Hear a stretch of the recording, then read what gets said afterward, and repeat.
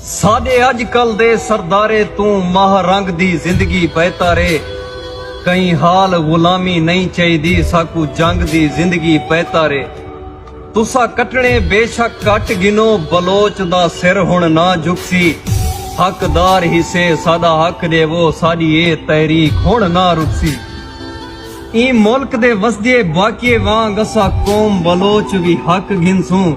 साडे जख्मे ते ना नमक सटो ना ता रस्ते तुआडे डक गिनसूं। साडे सूबा बलोचिस्तान दे विच तुआडी हर शय भजदी अंदी है। जे असा पंजाब दो रुख करूं तुआडी हर जा नाकाबंदी है। 75 साल असा चुप रह गयूं तुसा खड़ गयो नित ताजाद दे विच। साडी धीरियें ते तुसा जुल्म कीते कल शहर इस्लामाबाद दे विच।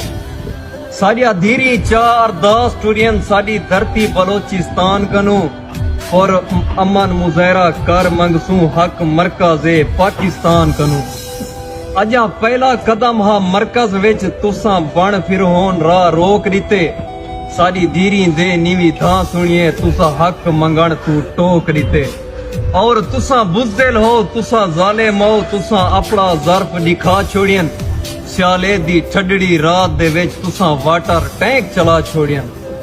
साडे फुल्ला वांग मासूमे ते तुसा आंसू गैस दे शैल मारियन। कर लाठी चार्ज जवाने ते तुसा अपने काले दिल छारियन। पर्दे दे पैकर धीरी को तुसा पर्दे चा खुआर कीते। और अमन मुजहरा ते जुल्म कमा तुसा कम ज़रफे गिरफ्तार कीते। जेड़ा बंदा मुल्क दा दुश्मन है उनको बेशक सख्त सजा देवो। असा कई मुनकर दे वारिस नहीं हर मुनकर पकड़ उड़ा देवो। साडे सिर ते मुफ्ते दोष न जो सरेआम साडी तहकीक करो। हुबदार हैं या असा मुनकर हैं साडी हर जाते तस्दीक करो।